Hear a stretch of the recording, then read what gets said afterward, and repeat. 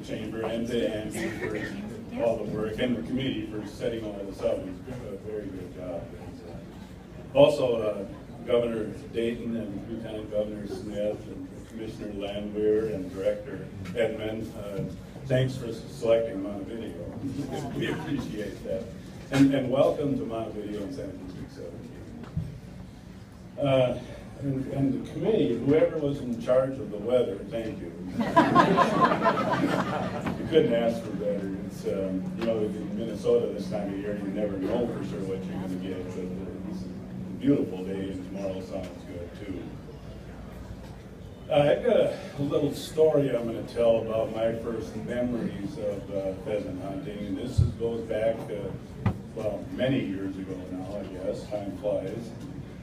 But back then, there was a kind of a tradition in my family where I had a couple of cousins that grew up in St. Paul, and every fall they would come out to the farm for pheasant hunting. And it was something we were all excited about. It was, you know, good to see them. We didn't see them all that much, and it was just plain a lot of fun.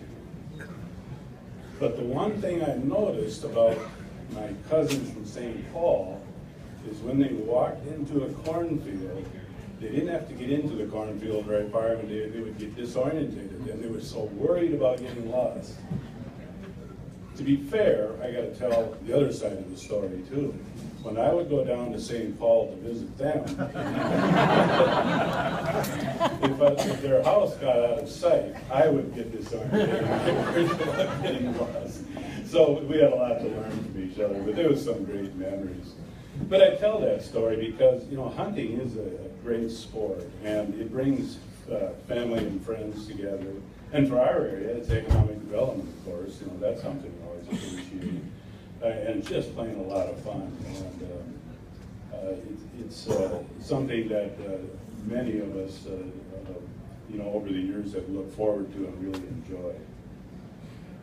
But when it comes to telling stories, I have one last story I'm going to tell before I close here. And many of you remember Senator Kugley, late Senator Kugley, and he used to go on this hunt all the time and really enjoyed it. And for those of you that knew him, he had this great sense of humor. And I have told this story before, so those of you who have heard this, just bear with me. But for those of you who haven't, I have a lot of great Kugley stories, but this one had to do with this hunt. And he always followed a practice he called shoot and release. And if you know Senator Kugley, if he had to tell, it was really a great time. But anyway, thank you all. It's sure good to be here. And have a great time.